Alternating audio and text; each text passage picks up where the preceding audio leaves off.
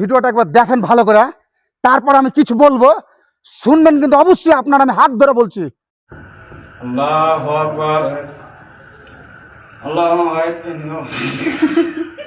বলছি যে এই বাচ্চাগুলা কিন্তু না এইভাবে নামাজের নকল করছে, এই বাচ্চাগুলো কিন্তু দোষ নাই, দোষ হয়েছে এই বাচ্চার মা বাপের। বাচ্চার মা বাপকে বলতে চাই, তুমি তো মানুষ হও, এখনই কিন্তু তোমার আইডি থেকে ভিডিওকে ডিলিট করে দাও। মাথা কিন্তু গরম হয়ে গেছে, তোমার হাত পা নাই, আল্লাহ চোখ দিয়েছে, তুমি ইনকাম করে খাও, ইনকাম করে খাওয়ার পরে তোমার ভিডিও করার শখ আছে, হক্কানি ভিডিও করো। আল্লাহ যদি তোমার ভাইরাল নসিবে লেখা থাকে তাহলে তোমার ভিডিও ভাইরাল হবে। তুমি ভাইরাল করার লাগে তুমি ভিডিও নকল করছো। ইমাম সাহেব নামাজ পড়েছে, তার তুমি নকল করছো। তুমি মানুষ যদি হয়ে থাকো এখন ভিডিও তুমি আইডি থেকে ডিলিট করে দাও। কিন্তু তোমাকে লজ্জা লাগে না মুসলমান হয়ে? তুমি এভাবে তোমার ছেলেকে মাঠে নামালছো ভিডিও করতে।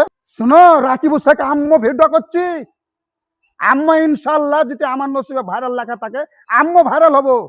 কিন্তু হক্কানি ভিডিও করো, আর আমি হক্কানি ভিডিও করছি। আমি যে ভিডিও করব যাতে মানুষ কিছু শিখতে পারে, তার জন্য আমি বলছি ভাইরাল হবে ভালো কথা, তুমি এমন ভিডিও করো যাতে তোমার ভিডিও শুনে মানুষ কিছু শিখতে পারে। আর তুমি এটা কি করেছো? ইমাম সাহেবের নকল করেছো, নামাজের নকল করেছো, যে তুমি এবার ভাইরাল হবে। শুনো, মাথা গরম হয়ে গেছে কিন্তু। আল্লাহর কাছে মহজুদে যাও, যা ক্ষমা চাও। মুসলমান হয়ে কিন্তু মুসলমানের দুর্নাম করিও না।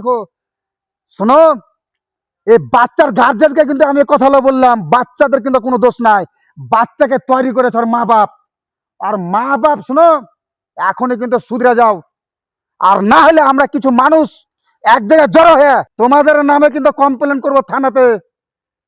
নামাজের নকল করছো, ইমাম সাহেবের নকল করছো। তুমি নামাজ পড়ছো না, আমার কোনো যায় আসে না। তোমাকে আমি মায়ের নামাজ পড়া ধরাতে পারবো না। আল্লাহ পাক রব্বুল আলামিন বলেছে দাওয়াত দিবা, ও নামাজ পড়বে নাই পড়বে না, কিন্তু মায়েরা কাউকে নামাজ পড়তে নিয়ে আসবে না। তো শোনো, তুমি নামাজ পড়ছো না, আমার কোনো যায় আসে না, কিন্তু নামাজের নকল করবে না, ইমাম সাহেবের নকল করবে না। না তো না, তুমি বুঝতে পারছো, থানাতে কিন্তু কমপ্লেন করে দেবো। ভিডিও কিন্তু এখনই আইডি থেকে তুমি ডিলিট করো, আর ভিডিও তুমি একটা ছাড়ো এরকম যে আমাদের ভুল হয়ে গেছে, আমাদেরকে ক্ষমা করে দাও, তাহলে স্বীকার করবো যে হ্যাঁ তুমি ডিলিট করেছো।